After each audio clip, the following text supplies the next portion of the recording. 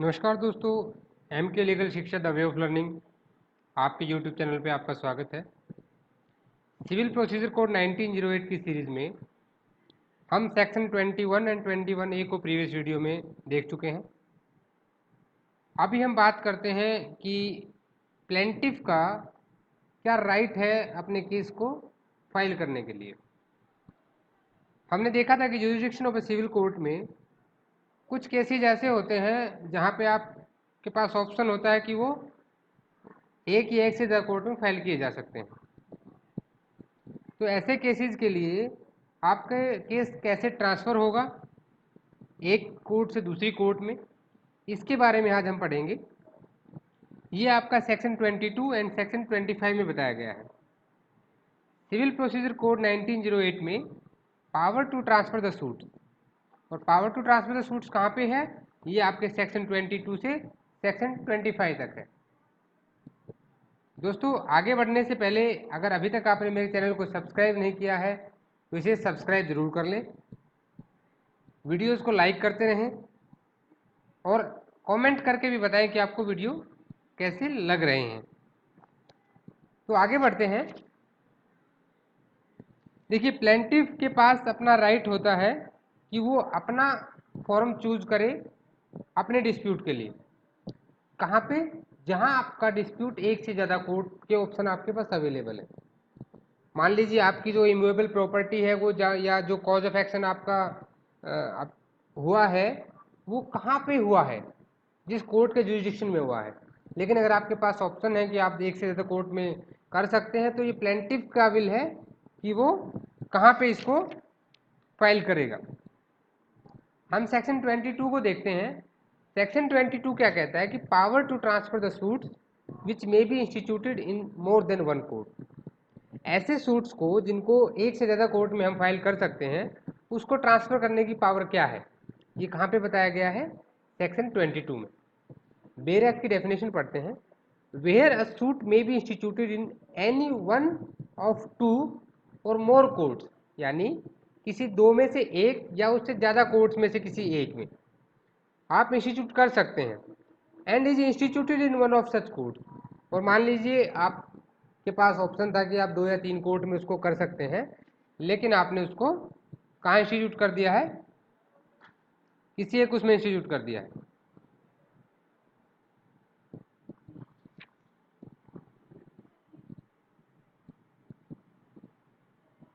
And is instituted in one of such courts, यानी किसी एक कोर्ट में आपने इंस्टीट्यूट कर दिया आपके सूट को।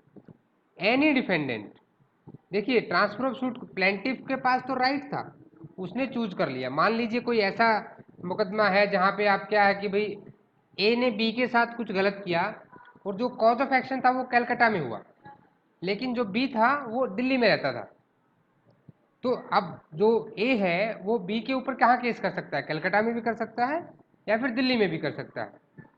तो इन सच केस डिफेंडेंट, क्योंकि प्लेंटिफ तो चूज कर चुका है, after the notice to other party, यहाँ एक चीज बहुत ध्यान देने की है कि जो आपका ट्रांसफर ऑफ केस है उससे पहले आपको नोटिस देना है। प्लेंटिफ अदर पार्टी को नोटिस देगा डिफेंडेंट कि भाई मैं इस केस को ट्रांसफर कराना चाहता हूँ। ये नोटिस कोर्ट को नहीं, ये उस पार्टी को देगा पहले, ठीक है, at the earliest possible opportunity. ऐसा नहीं है कि भाई आपके इश्यूज फ्रेम हो चुके हैं, आपका ट्रायल आगे जा चुका है और उसके बाद आप बोल रहे हो एग्जीक्यूशन के टाइम पे आप बोल रहे हो कि अभी मैं ट्रांसफर करा, नहीं। एट दी अर्लीस्ट पॉसिबल, जो हमने सेक्शन 21 में पढ़ा था कि ऑब्जेक्शन टू द जुरिडिक्शन, वो भी कहाँ पे होना था? At the earliest possible opportunity पे। In all cases where issues are settled at और बिफोर सच सेटलमेंट, यानी कि इश्यूज की सेटलमेंट से पहले या उसके टाइम पर ही आपको ऑब्जेक्शन करना है, आपको ट्रांसफर की लिए बोलना है, अदर पार्टी को नोटिस देना है। ये एग्जाम पॉइंट ऑफ व्यू से इंपॉर्टेंट है कि आपको उसे नोटिस देना है कि नहीं देना है। हाँ, डिफेंडेंट प्लेंटिफ को नोटिस देगा। And apply to have the suit transfer to the another court, और अप्लाई करेगा कि भी सूट को ट्रांसफर कर दिया जाए दूसरी कोर्ट में जहाँ पे उसका जुरिडिक्शन आता है। And the court to which such application is made after considering the objection of other party. देखिए नोटिस क्यों दिया आपने? ये भी जब आप उसको नोटिस देते हैं और जब आप कोर्ट में अप्लाई करते हैं तो अदर पार्टी को उस पर ऑब्जेक्शन हो सकता है, और जब ऑब्जेक्शन होगा तो ऑब्जेक्शन होने के बाद आपका कोर्ट कंसीडर करेगा, ठीक है। जो अदर पार्टी है अगर उसका कोई ऑब्जेक्शन है उसको कंसिडरेशन में लेकर कोर्ट डिसाइड करेगा कि सूट को ट्रांसफर करना है या नहीं करना है। Then it shall determine in which of the several courts having jurisdiction the suit shall proceed. यहाँ सबसे इंपॉर्टेंट समझने की बात यह है कि मान लीजिए किसी भी आपका कोर्ट में जब सूट फाइल हो जाता है,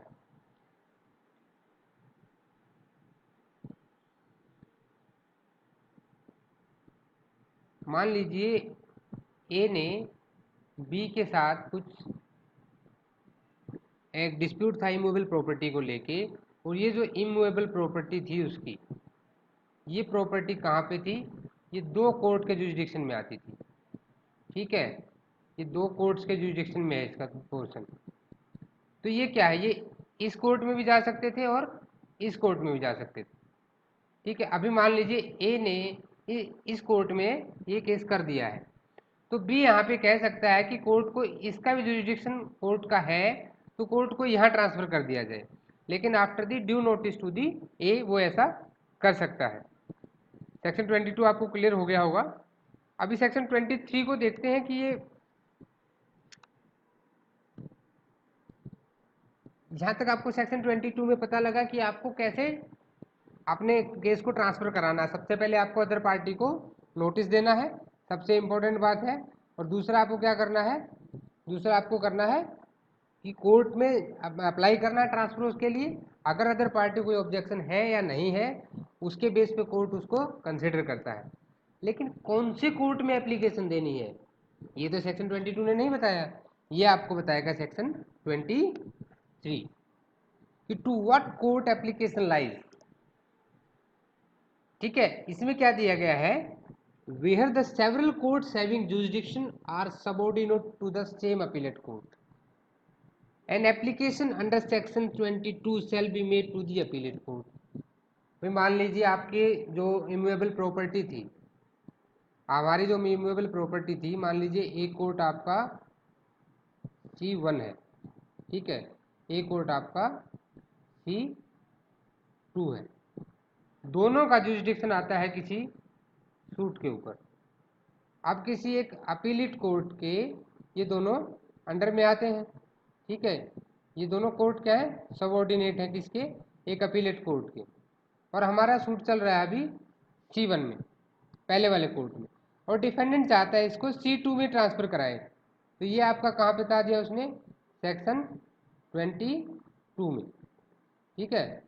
सेक्शन 22 में ये बता दिया आपको कि भी वहाँ आप करा सकते हो। लेकिन इसकी एप्लीकेशन कहाँ जाएगी, इसकी एप्लीकेशन वो सिर्फ कहाँ करेगा, उस अपीलेट कोर्ट में करेगा। अपीलेट कोर्ट आपकी डिस्ट्रिक्ट कोर्ट भी हो सकती है, आपका हाई कोर्ट भी हो सकता है, ठीक है।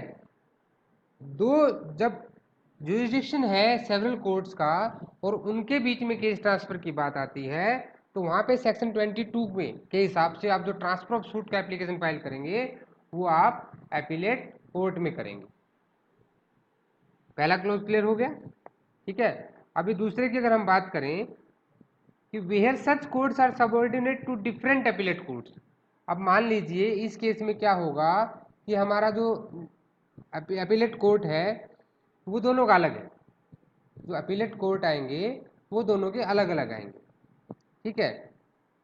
अब दोनों के अलग आएंगे तो क्या होगा, अब वो दोनों अपीलेट कोर्ट अगर एक हाई कोर्ट के अंडर में आते हैं तो कहाँ जाएगी, हाई कोर्ट में जाएगी।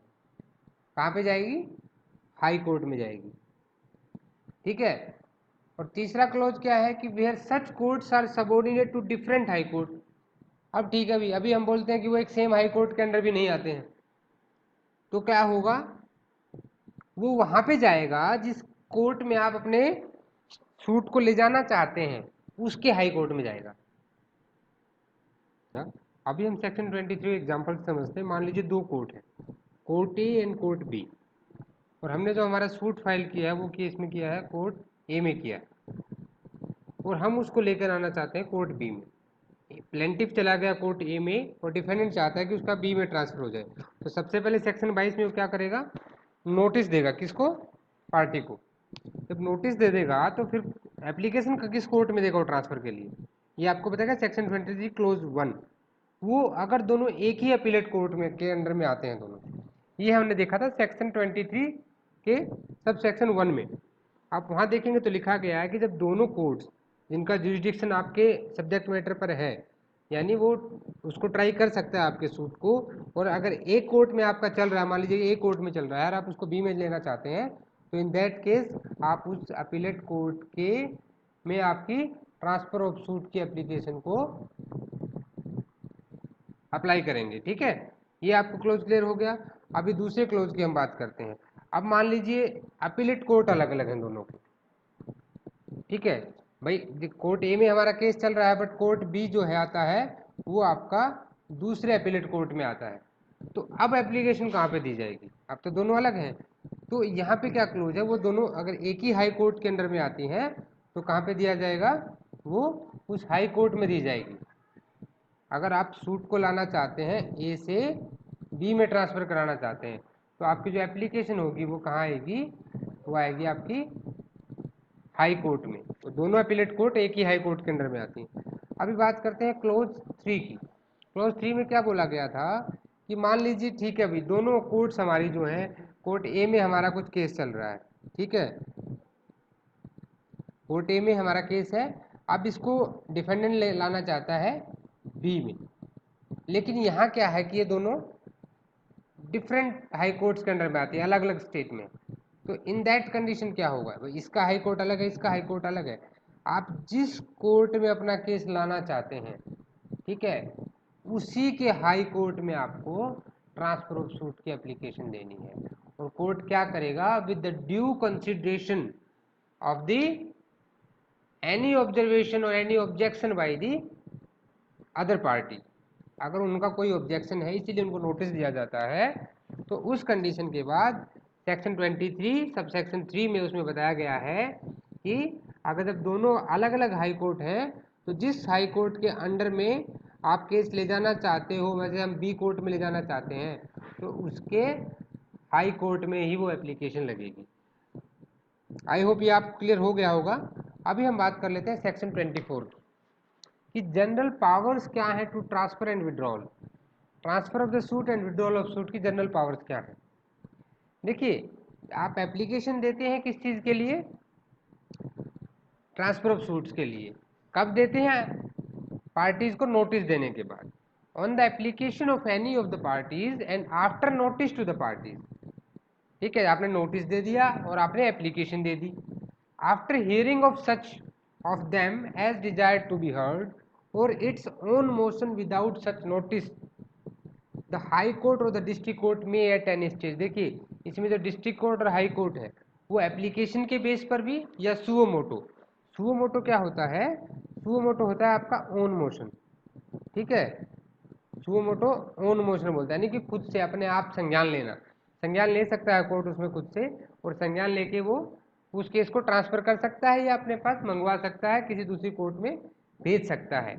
ये जनरल पावर्स हैं केस के ट्रांसफर की और विड्रॉल की। अब क्या कहा गया इसमें कि transfer of any suit, appeal or other proceeding, या तो कोई सूट हो, अपील हो, या कोई भी प्रोसीडिंग हो, पेंडिंग बिफोर इट, ठीक है, फॉर द ट्रायल और disposal to any court subordinate to it and competent to try और डिस्पोज ऑफ द सेम। ये क्या कह रहा है कि वो उसे कंपिटेंट होना चाहिए, विदाउट कंपिटेंसी नहीं भेजेगा। कंपिटेंट होना चाहिए, सिविल मैटर है तो सिविल कोर्ट में भेजेगा, रेवेन्यू का मैटर तो रेवेन्यू कोर्ट में भेजेगा। ऐसा नहीं है कि वो जो कंपिटेंट होगा, कंपिटेंसी नहीं जाएगी उसकी, कंपिटेंट अगर है उसको डिस्पोज करने में तो वहाँ भेज सकता है उसके सबऑर्डिनेट कोर्ट में। फिर क्या कहता है कि विड्रॉ ऑफ एनी सूट, वो बात ही ट्रांसफर की, यहाँ बात कर रहा है किसकी, withdraw of any suit, appeal और any proceeding pending any court subordinate to it. किसी भी हाई कोर्ट या डिस्ट्रिक्ट कोर्ट के सबऑर्डिनेशन में, सबऑर्डिनेट कोर्ट्स कौन सी होती हैं, जो डिस्ट्रिक्ट कोर्ट के नीचे होगी लोअर कोर्ट्स, और डिस्ट्रिक्ट कोर्ट्स किसके सबऑर्डिनेट होगी, हाई कोर्ट्स के। तो हाई कोर्ट और डिस्ट्रिक्ट कोर्ट के सबऑर्डिनेशन में जो भी कोर्ट्स हैं, ठीक है, it can try and dispose this same, ये इसकी पावर्स है। ठीक है, ये क्या है, इसकी पावर्स है। Transfer the same for trial और disposal to the any court subordinate to, देखिए ये चीज बात ध्यान देने की है कि any court subordinate to it. जैसे हमने बात की थी कि जब दो डिफरेंट हाई कोर्ट के अंडर आता है तो दूसरे हाई कोर्ट में देते हैं हम एप्लीकेशन। सेक्शन 23 के क्लॉज 3 में हमने देखा था, दूसरे हाई कोर्ट में देते हैं कि वो अपने सबऑर्डिनेट कोर्ट में उस केस को अलाउ कर सकता है, ये इसकी जनरल पावर है। लेकिन वो क्या होना चाहिए, it must be competent to try and dispose of. ठीक है, वो ट्रायल करने के लिए कम्पिटेंट होना चाहिए कोर्ट, ऐसा नहीं है कि कम्पिटेंट ही नहीं, वहां नहीं भेज सकता है। अब बात करता है ये रीट्रांसफर की। देखिए पहले था ट्रांसफर, रीट्रांसफर यानी दोबारा ट्रांसफर करना। Retransfer the same for trial और disposal to court from which it was withdrawn. ये वापस उसी कोर्ट में भी भेज सकता है, ये भी उसकी पावर है। तो इन चीज़ों को थोड़ा नोट करके रखिए, ये आपके एग्जाम पॉइंट ऑफ व्यू से भी काफ़ी इंपॉर्टेंट है। अब सेकंड क्या बोलता है इसमें कि वेयर एनी सूट और प्रोसीडिंग हैज बीन ट्रांसफर्ड और withdrawn under sub section 1 the court which is thereafter to try और dispose of such suit or proceeding may subject to any special direction in case of an order of transfer either retry it or proceed from the point at which it was transferred or withdrawn। ये क्या बोलता है कि where any suit और proceeding has been transferred और withdrawn.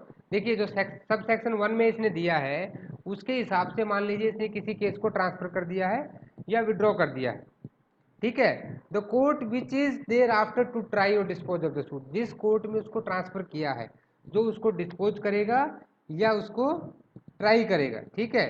In that condition suit or proceeding may subject to any special direction in case of an order of transfer either retry it or process from the point at which it was transferred or withdrawn। ये क्या कह रहा है कि court चाहे तो उसको अलग से कहीं से स्टार्ट कर सकता है शुरू से ही, या जहां जिस पॉइंट पे वो ट्रांसफर किया गया है उसी पॉइंट पे दूसरी कोर्ट उसको ले लेगी, ठीक है। सब सेक्शन 3 क्या बोलता है इसका कि for the purpose of this section court of additional and assistant जज shall be deem to be subordinate to the district जज। ये क्या कह रहा है कि जो एडिशनल जज, ठीक है, और असिस्टेंट जज की जो कोर्ट्स होती हैं वो किसके सबऑर्डिनेट रहेंगी, डिस्ट्रिक्ट कोर्ट के सबऑर्डिनेट रहेंगी, ठीक है। ये बात यहाँ पे ध्यान देने की है। Proceeding includes proceeding for the execution of decree और ऑर्डर। देखिए यहाँ पे इसने डिफाइन किया है वर्ड्स को। Sub section 3 section 24 sub section 3 sub section B में क्या बोला है इसने कि proceeding includes proceeding for the execution of a decree और द ऑर्डर। सब सेक्शन 4 में कहता है कि the court trying any suit transferred और withdrawn under this section from a court of small cause shall for the purpose of such court be deem to a court of small cause. मान लीजिए court कोई भी transfer कर रही है, कोई भी विड्रॉ कर रही है किसी भी सूट को, किस कोर्ट से, स्मॉल कॉज कोर्ट से। स्मॉल कॉज कोर्ट जो होती हैं उनसे वो विड्रॉ कर रही है तो वो small court of small cause ही माना जाएगा, ठीक है। ए सूट और प्रोसीडिंग में be transferred under this section from a court which has no jurisdiction to try. ये क्या कह रहा है, ये भी इसकी सब सेक्शन 5 कौन सी पावर बताती है, ठीक है। सब सेक्शन जो 5 है ये कौन सी पावर बताता है कि अगर किसी कोर्ट का जुरिडिक्शन नहीं है उस सूट पे तो भी आप उसको ट्रांसफर कर सकते हो दूसरी कोर्ट में, ये भी उसकी पावर में आता है। कौन कर सकता है, डिस्ट्रिक्ट कोर्ट और हाई कोर्ट, ठीक है। उसके सबऑर्डिनेशन के किसी कोर्ट में अगर कोई केस चल रहा है और उसके पास उसका जुरिडिक्शन नहीं है तो उसको ट्रांसफर किया जा सकता है after the objection of the party. अभी हम बात कर लेते हैं सुप्रीम कोर्ट की। देखिए सुप्रीम कोर्ट की क्या पावर्स है ट्रांसफर करने के लिए। ये क्वेश्चन कई बार पूछा जाता है कि power to transfer the suits of the supreme court किस सेक्शन में डिफाइन है। तो किस सेक्शन में डिफाइन है ये आप नोट कर लीजिए, सेक्शन 25 में, ठीक है। ये आपका एक इम्पोर्टेंट एस्पेक्ट है। कई एग्जाम्स अगर प्रीवियस पेपर से आप देखेंगे तो उसमें क्वेश्चन आपको मिलेगा। तो ये सेक्शन 25 क्या कहता है बेर एक्ट कि on the application of a party and after notice to the party. देखिए सबसे इंपॉर्टेंट क्या है, सेक्शन 22 से लेके सेक्शन 25 तक अगर आप देखेंगे तो सेक्शन 22 में भी ये चीज़ क्लियर हो गई है कि पार्टी को क्या करना है, एक तो एप्लीकेशन देनी है, कहाँ देनी है, सेक्शन 23 में बता दिया आपको, और आपको नोटिस भी देना है पार्टी को, ठीक है। ये नोटिस जरूर याद रखना है, सो दैट कि दूसरी पार्टी को कोई ऑब्जेक्शन है तो अपना ऑब्जेक्शन वो कर सकती है। And after hearing such of them as desire to be heard, the supreme court में एट एनी स्टेज, ये किसकी पावर में, सुप्रीम कोर्ट की बता रहा है। अगर वो सब सुनने के बाद उसको लगता है, he satisfied, supreme court satisfy है that an order under this section is expedient for the ends of justice, justice के लिए, direct that any suit, appeal or other proceeding be transferred from a high court to the other civil court in one state to the high court or other civil। देखिए जब high court to high court transfer होना होता है या किसी civil court से दूसरे state के सिविल कोर्ट में जाना होता है, तो ये सुप्रीम कोर्ट की पावर है कि ऑल इंडिया में वो किसी भी स्टेट से, किसी भी स्टेट के हाई कोर्ट में या किसी भी कोर्ट से इंडिया के किसी दूसरे कोर्ट में उस केस को ट्रांसफर कर सकता है। तो power of supreme court to transfer suits कहाँ है, सेक्शन 25 में। देखिए सुप्रीम कोर्ट है भाई, उसके पास तो सारी पावर्स है, वो चाहे जहां से जहां आपका केस ट्रांसफर कर सकता है। सब सेक्शन 2 क्या बोलता है इसका, every application under this section shall be made by a motion which shall be supported by an affidavit। तो इसमें एक एफिडेविट देना है, ठीक है। इसमें कहता है कि by a motion shall be supported by, जो एप्लीकेशन देगा डिफेंडेंट, उसमें जो पार्टी एप्लीकेशन देगी after due notice to the plaintiff, ये इसमें याद रखना है आपको, ठीक है। तो इस केस में उसके साथ उसको एफिडेविट देना है, सपोर्टिंग डॉक्यूमेंट एफिडेविट दे रहा है कि मुझे वहाँ वो सूट क्यों चाहिए, क्यों ट्रांसफर होना चाहिए, उसका जुरिडिक्शन है वहाँ पे, ये उसको बताना है उसमें। और सब सेक्शन 3 क्या कहता है आपका, ठीक है, सब सेक्शन 3 बोल रहा है कि the court to which such suit, appeal or other proceeding, ठीक है। देखिए कॉमन सी डेफिनेशन है सभी में, is transferred shall subject to any special direction in the order to transfer either retry it or process from the stage. देखिए same वही बात कह रहा है कि जो सेक्शन 24 ने कहा था, वहाँ पे हाई कोर्ट और डिस्ट्रिक्ट कोर्ट की पावर की बात की थी, यहाँ हम सुप्रीम कोर्ट की पावर की बात कर रहे हैं, और दोनों के सब सेक्शन 3 सेम है। ये क्या कह रहा है कि जब केस ट्रांसफर हो गया, मान लीजिए ए कोर्ट से बी कोर्ट में चला गया, let it be in any close, वो सेम अपीलेट कोर्ट में थे, सेम हाई कोर्ट के अंदर थे या अदर स्टेट्स में थे, ठीक है, ट्रांसफर हो गया है, तो ये दोनों section 24 sub section 3 and section 25 का सब सेक्शन 3 क्या कह रहे हैं कि वो स्पेशल डायरेक्शन दे सकता है कि उस केस को या तो वो रीट्राई करे या प्रोसीड करे उसी स्टेज से जिस स्टेज पे वो ट्रांसफर हुआ है। मान लीजिए कि वही वहाँ पे आपके इश्यूज फ्रेम हो चुके हैं, तो वहाँ वो इश्यूज फ्रेम से स्टार्ट भी कर सकता है या स्पेशल डायरेक्शन के हिसाब से उसको दोबारा से रिट्राई भी कर सकता है। अब इसके सब सेक्शन 4 और सब सेक्शन 5 की बात करते हैं, ठीक है। सब सेक्शन 4 क्या कह रहा है इसका कि in the dismissing any application, देखिए अब तक तो हमने पढ़ा कि उसने एप्लीकेशन को एक्सेप्ट कर लिया, अब वो एप्लीकेशन को डिसमिस कर सकता है, तो डिसमिस में क्या होगा, in dismissing any application under this section the supreme court में, if it is of the opinion that the application was frivolous and vexatious, अगर सुप्रीम कोर्ट को लग जाए कि भाई ये तो फर्जी काम कर दिया इस बंदे ने, गलत एप्लीकेशन थी, ठीक है, वैक्सियस थी, ठीक है, तो उसमें order that applicant to pay by the way of the compensation to any person who has opposed the application such sum not exceeding, ये सबसे इंपॉर्टेंट पॉइंट है, मैं आपको बता रहा हूँ कितना कर सकता है कंपनसेशन, इसको आप नोट कर लीजिएगा, 2000 रुपीज, ठीक है, 2000 रुपीज तक का वो उसके ऊपर कंपनसेशन देना पड़ सकता है उसको। आप सुप्रीम कोर्ट में ऐसे नहीं एप्लीकेशन लेके जा सकते बिना किसी ग्राउंड के, मान लीजिए आपने, इसीलिए एफिडेविट के साथ सपोर्ट करना है उसमें, अगर आपका कोर्ट को लगा डिसमिस करते हुए कि आपने गलत एप्लीकेशन की है, आपकी इंटेंशन गलत थी, ये वैक्सियस थी, ठीक है, तो इन दैट केस जिस आदमी ने उसको अपोज किया है, प्लेंटिफ ने अपोज किया है, ऑब्वियसली अदर पार्टी ने अपोज किया है, तो वो उसको कंपनसेशन दिला सकता है, और वो कंपनसेशन कितने से ज़्यादा नहीं होना चाहिए, 2000 रुपीज़, ठीक है, as it consider appropriate in the circumstances of the case, ठीक है, ये आप याद रखिएगा, ये सबसे इम्पोर्टेंट है आपका कि कितना कंपनसेशन दे सकता है supreme court transfer of case में एप्लीकेशन को डिसमिस करते हुए। ये दे सकता है 2000 रुपीज़। ये आप याद रखिएगा, काफ़ी इम्पोर्टेंट है। ठीक है, अभी सब सेक्शन 5 की बात कर लेते हैं। The law applicable to any suit, appeal or other proceeding transferred under this section shall be the law which the court in which the suit, appeal or other proceeding was originally instituted ought to have applied to such suit, appeal or proceeding।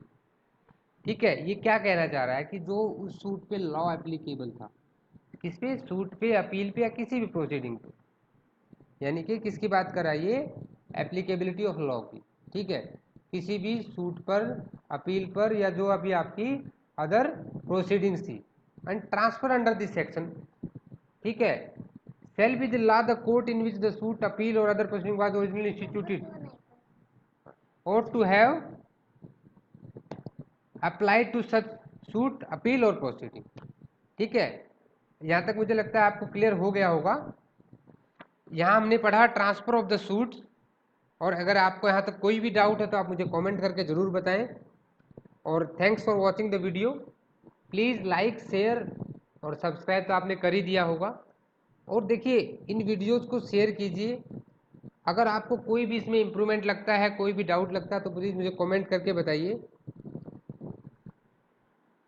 तो आज के लिए इतना ही, thank you. अभी हम अगले video में order 1 से स्टार्ट करेंगे। देखिए, अभी सेक्शन 26 में इंस्टीट्यूशन ऑफ सूट आता है, वहीं आपके ऑर्डर स्टार्ट हो जाते हैं। ऑर्डर्स के साथ कोलैबोरेशन में हम पढ़ेंगे। ऑर्डर और सेक्शन का बहुत गहरा रिलेशन है। जो सेक्शंस में दिया गया है उसको ऑर्डर में प्रोसीजर बताया गया है। ठीक है, तो हम इसको ऑर्डर्स के साथ पढ़ेंगे, तो अगले वीडियो मिस मत कीजिएगा, वो काफ़ी इंपॉर्टेंट रहेंगे आपके। हम नेक्स्ट वीडियो से ऑर्डर स्टार्ट कर रहे हैं। तो यहाँ तक के लिए इतना ही, थैंक यू, गुड डे।